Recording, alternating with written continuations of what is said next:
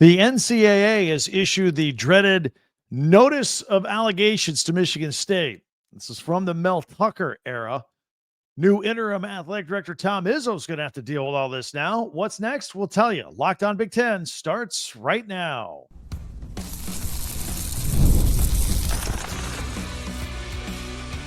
You are Locked On Big Ten, your daily podcast on the Big Ten Conference. Part of the Locked On Podcast Network, your team every day.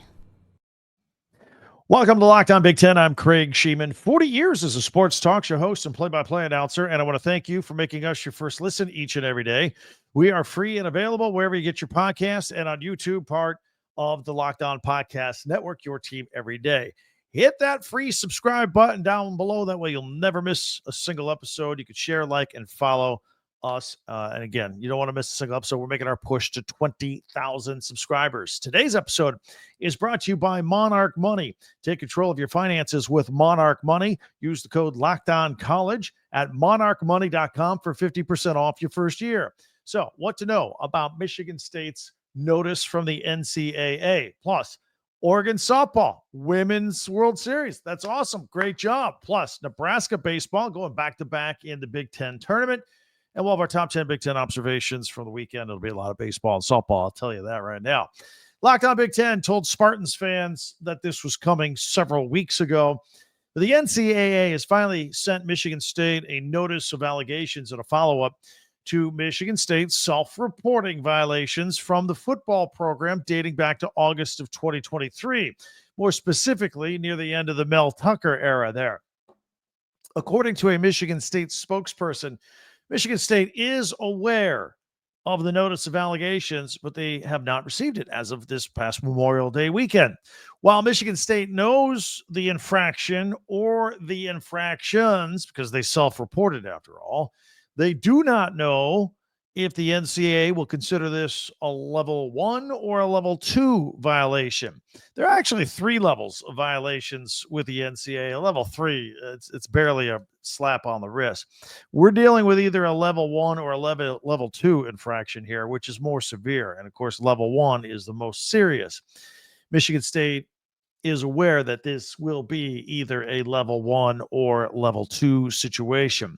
What we do know, because Michigan State's school president told the Detroit News back in April that the school was under investigation for recruiting violations committed during former coach Mel Tucker's reign before he was fired later on that season for inappropriate sexual harassment accusations from a Michigan State athletic department contractor. Her name was Brenda Tracy. Tucker claims that he didn't do anything wrong, and anything that he did do with the accuser was completely mutual. And so he's suing the school for wrongful termination. They fired him for cause. He's suing for wrongful termination. There's a lot at stake here. The rest of his 10-year, $95 million contract, depending whether it is deemed that he was fired with cause or whether this was a wrongful termination. There's a lot of money at stake on this deal. So, and then by the way, Tracy is also suing Tucker in civil court for defamation from all the things he said about all this that was going on. Meanwhile, Michigan State is trying to make the case to the NCAA that, hey, we self-reported this. We saw what was going on. We want to make you aware of it. We're the good guys here. And the staff in place now under Jonathan Smith is completely different. Let's have a little leniency here. Unlike, for example, across the state of Michigan, Spygate, in that case that's going on in Ann Arbor, the Michigan staff under Sharon Moore, who was coaching under Jim Harbaugh, and a lot of those assistants are still there that were there during Connor Stalions. Bit of a different situation there, structurally speaking. By the way, I'm going to insert my opinion here. Look, unless these recruiting violations by Mel Tucker were just absolutely egregious, I think the NCAA should go easy on Sparty here. Nobody, no players, no coaches, not even the athletic director that was there when Mel Tucker was there is still there. Everybody's gone. if Tucker did do something egregious, then nail him with a show cause penalty and leave the current team led by Jonathan Smith and quarterback Aiden Childs. Leave them alone. They're trying to get this plane back up into the air again, and they don't need to be hit with anything right now. They didn't do anything wrong. So the guys that are there now did nothing wrong. They should not be punished. I don't know if that's the way it's going to go or not. We have very little information on all this. It's remarkable, actually. As of today, the public just hardly knows anything. So here's what we do know. Moving forward, here's what Michigan State can do. Michigan State can agree with the notice and the penalties that come with it. They can agree with the notice and fight the harshness of the penalties. Go, yeah, we agree that we did this, and you agree that we did this, but the penalty you're giving us, NCAA, is too much. We want to appeal that. They can do that. Michigan State can agree with the investigation entirely, or they can request a hearing in front of a committee of infractions if they disagree with the whole thing entirely. That seems unlikely because, again, Michigan State self-reported something here. So I don't think they can say, hey, we want a hearing of a full-blown investigation committee. Oh, we didn't do anything wrong. They did something wrong. That's what they self-reported. Another thing they can do, and this looks like what they're doing, they can proceed with a written record hearing, which, again, this is the path that Michigan State chose, and that likely means that they agree with some of the NCAA's facts of the investigation or violations, but maybe not necessarily everything.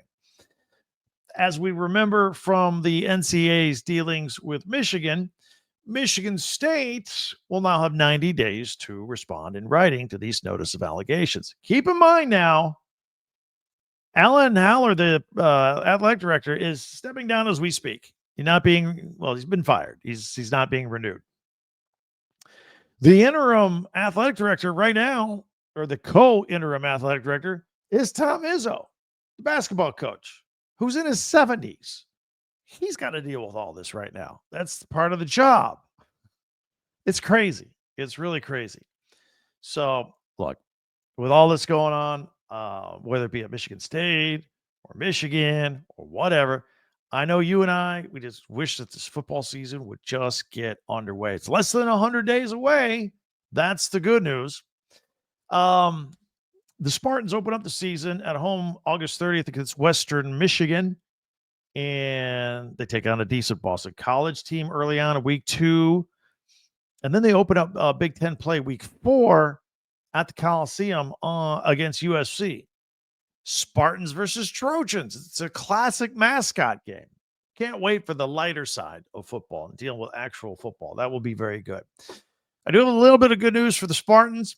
They got a walk-on commitment from a 3-star linebacker, Jack Lansing from Heartland, Michigan. Now, you may be like me. The first thing I said is, wait a minute, this kid's a 3-star. Why is he walking on? Why isn't there a scholarship offer? Looks like he's going to start out as a preferred walk-on. Coaches may have already doled out the scholarships they had. There's the question mark of what the roster limitations will be from the House settlement. A lot up in the air. Maybe that has something to do with this. But he's gonna come in as a preferred walk-on, and preferred walk-ons usually end up getting scholarships or chances to earn scholarship. He may even be under scholarship by the time the season starts. So we'll see how that goes. He's going to take his official visit at Michigan State June 30th. By the way, am I the only one that thinks it's pretty cool to have a kid with the last name Lansing going to East Lansing to play football? Is that just me? I think it's pretty cool. Hey, friends, be sure to hit that subscribe button. I don't know if you saw last week, we got over 18,000. We got across that threshold. Started with 1,000 less than 2 years ago. And our goal is to get to 20,000 by the start of this football season. So if you haven't yet, if you can click that free subscribe button, that would be great. You'll get every episode. And also ask you to share, follow, and like Locked On Big Ten. Let your friends know about us, that we're here every day. Also, different here, we have a website, talkbig10.com. If you're on video, you see the scroll right there. All of our video podcasts go there as well. We also have links at the bottom where you can buy your favorite Big Ten school merchandise. Get ready for the upcoming year. You're a Michigan State fan, get a Michigan State shirt, T-shirt, hat, pennants, something for the office, all right there at talkbig10.com. Check it out. All right, got some more news to get to. It was a big weekend on the diamond, both softball and baseball, with Oregon softball now going to the World Series, Nebraska baseball winning the Big Ten tournament. We do have some bad news for former Penn State and former Ohio State wide receiver Julian Fleming in an accident this weekend. We'll give you the details on that. We do have the latest recruiting battles as well, and we'll have our top 10 Big Ten observations from the weekend. All that's coming up right here on Locked On Big Ten. You ever check that checking account and go, whoa, where'd my money go? It happens to everybody. Between dining out, online shopping, entertainment, it's easy to lose track. There's a lot of things to spend money on, and that's where Monarch Money comes in, your personal CFO, giving you full visibility and control over your finances. Monarch Money is not just a budgeting app. It's a complete financial command center, and you can track all of your accounts, investments, and spending all in one place so that you stop just managing your money, but you actually start building wealth. They've got great insights to your money and your spending. They have all-in-one convenience. You may have your apps and your finances and your bank app here and your credit card app here. Pull it all together. Very convenient and easy collaboration with your spouse or partner. Everything financially can go all in one place. So take control of your finances with Monarch Money. Use the code LOCKEDONCollege at monarchmoney.com for 50% off your first year. That's monarchmoney.com, code LOCKEDONCollege for half off your first year. Thanks for making Locked On Big Ten your first listen each and every day. We always appreciate you everydayers out there. Be sure to hit that subscribe button down below. Get us toward 20,000 as quickly as possible. Share, follow, and like Locked On Big Ten. But if you do subscribe, you'll be notified that our episodes are ready each and every day. And don't forget to check out our website, talkbig10.com. All right, first of all, big weekend for the Big Ten. Let's start off with the Big Ten men's baseball tournament championship game. Nebraska, a win over 13th ranked UCLA, 5-0. That makes back-to-back Big Ten tournament championships for Nebraska. So congratulations to the Huskers.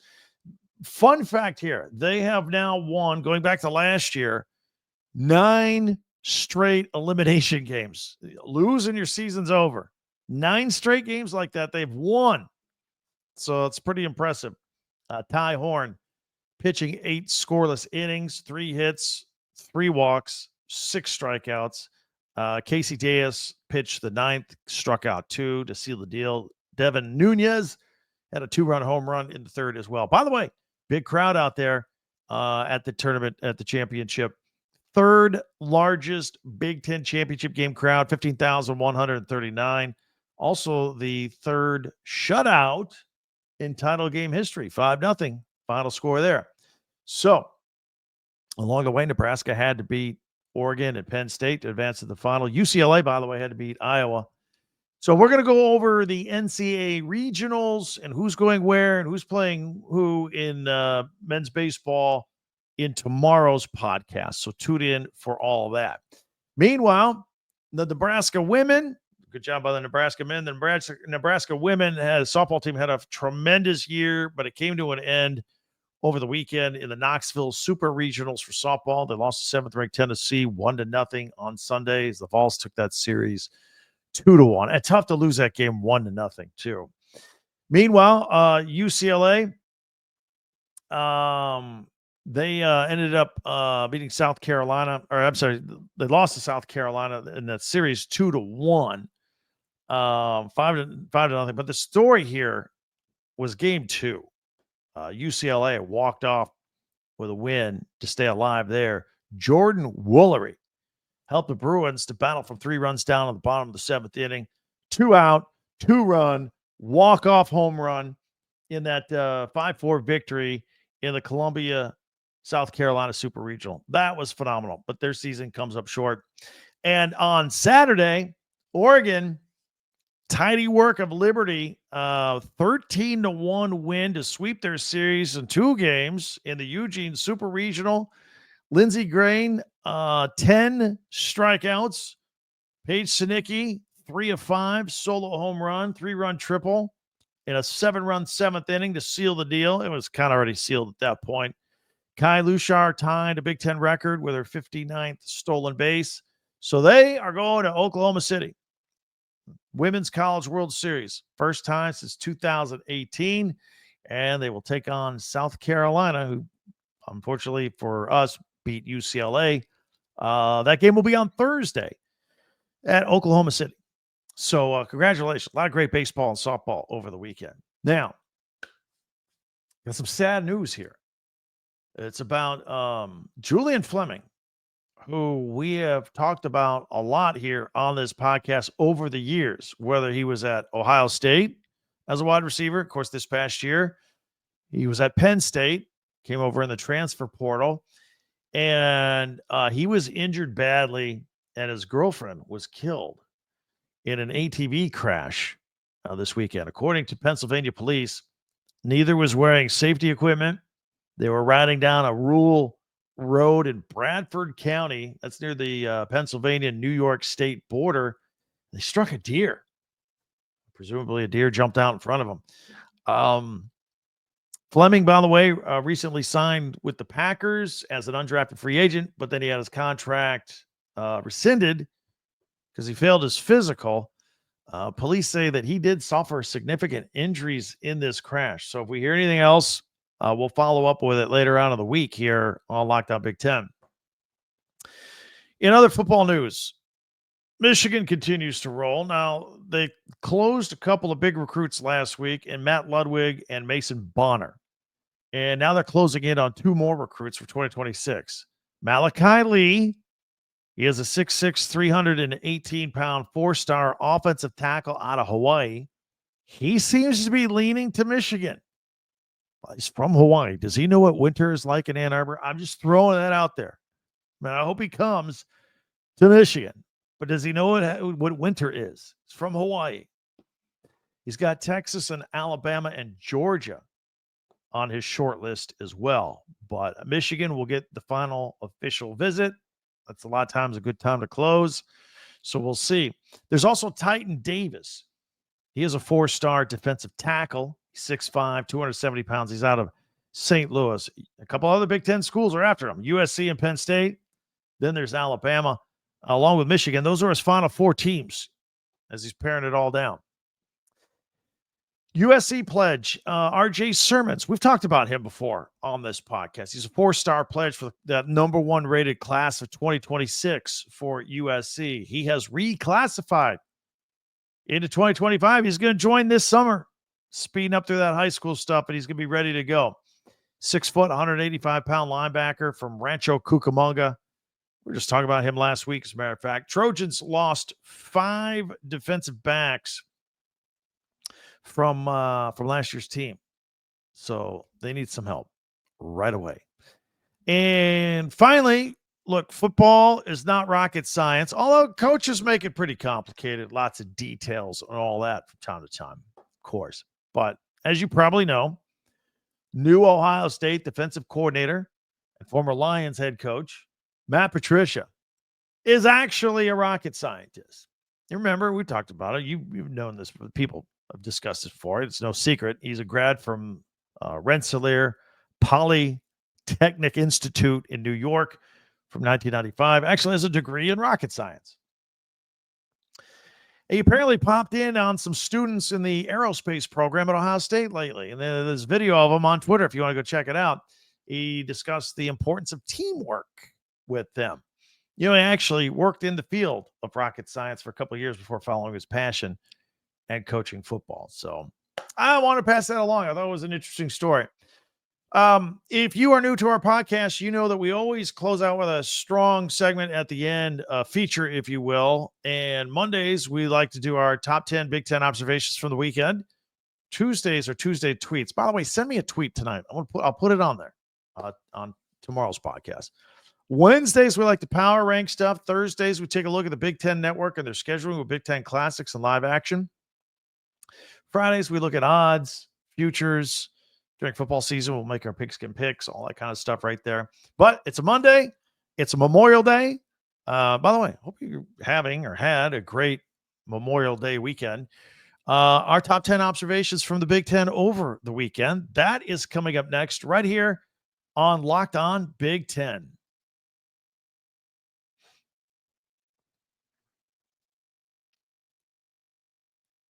All right, it's time to take a look at our top 10 Big Ten observations from the weekend. We'll go full screen on this. If you're audio only, don't sweat it. We'll describe it, and you won't feel left out. We're going to start it off here. There's a lot of softball and a lot of baseball on this list, so I'll tell you that right now. We're going to start off with Nebraska's Jordy Ball. Even though their season came to an end when they lost to Tennessee, Jordy Ball, we just got to mention her. She just had a phenomenal season, both hitting and pitching. Yeah, and it kind of ways you want to make a parallel. Remember how awesome Caitlin Clark was for the all of women's basketball? The Jordy Ball is that for softball. She was phenomenal. Elsewhere, we're going to stick with Nebraska, but go to baseball. And, I mentioned that just a moment ago. 9 straight elimination games that they won through the tournament last year and the tournament this year in the Big Ten tournament. That's incredible. Any one time, any loss there, they could have gone home. Instead, they have won back-to-back Big Ten baseball tournament championships. Congratulations. And with that comes an automatic bid, of course, to the NCAA tournament. And speaking of Nebraska in more detail here, Devin Nunez, big 2-run home run in the 3rd inning of their game that sealed it all. Want to mention him. In fact, I got a few Nebraska players I want to mention here on this list, including Nebraska pitcher Ty Horn. 8 scoreless innings over the weekend. Gave up just 3 hits and 3 walks and struck out 6. He was very instrumental in all of that. And here I want to mention Oregon softball player Kai Lushar. She tied a Big Ten record with her 59th stolen base this year. Did it here this weekend. That is absolutely incredible. 59 stolen bases. And then her teammate, Paige Sinicki, who in their championship game, this will be Saturday because they made quick work of this tournament, went 3 for 5 with a solo home run and a 3-run bases clearing triple. That was all part of that 7-run 7th inning we mentioned to seal the deal and break the spirit of their opponent. Oregon's Lindsey Grein, 10 strikeouts. So they're doing it at the plate. They're doing it on the mound. 10 strikeout performance for Lindsey. Congratulations to her. Wanted to make mention of that as well. What else? Okay, here's the thing I put on the top 10 list at number 3. Could have maybe put this higher. UCLA's Jordan Woolery. This is the bottom of the 7th. This is an elimination game on Saturday. They're down. Bottom of the 7th. 2 out. She gets a 2-run walk-off home run to stay alive. They win 5-4 over South Carolina, Columbia, South Carolina, in that super regional to earn a chance to turn around and play them again on Sunday. Unfortunately, they did lose the Sunday game, but that was a great moment by Jordan on Saturday night. Want to give her a shout out here on our top 10 Big Ten observations. And here we'll just kind of boil it down. Again, Nebraska makes that number 2 on the list. Congratulations. Why not number 2? 2 symbolizing 2 Big Ten tournament championships. Why not? Back-to-back years. That was phenomenal. A lot of excitement there. And you can kind of guess where we're going to go at number 1. Oregon softball. If you're going to the Women's College World Series, that's got to be the number 1 observation for the weekend. So congratulations to them.